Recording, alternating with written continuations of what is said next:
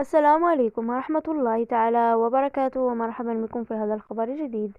ندعوكم الضغط على زر المشاركة ليصل إليكم كل جديد، والإعجاب إن عجبكم الفيديو. من كيران: رئاسة فرنسا لا تفقه شيئا في السياسة، والأوروبي الخصم حشمه. هاجم عبد الإله بن كيران الأمين العام لحزب العدالة والتنمية البرلمان الأوروبي ومعه فرنسا عقب القرار الأخير الصادر ضد المغرب.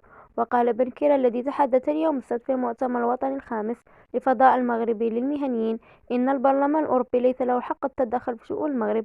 نحن أمة حرة مستقلة، ولا نقبل أن يمس أحد استقلالنا. وأضاف رئيس الحكومة الأسبق في كلمته أمام المهنيين الأوروبيين خصم حشو إلى عندهم مجالة حشمه.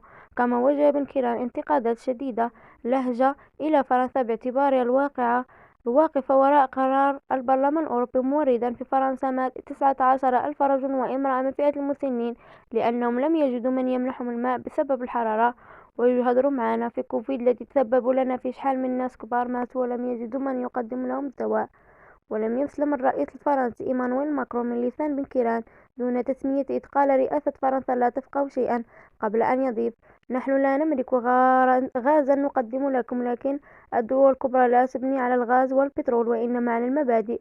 وهذا ما صعدت به فرنسا، لكنها ابتليت بقيادة لا تنظر أبعد من أنفها.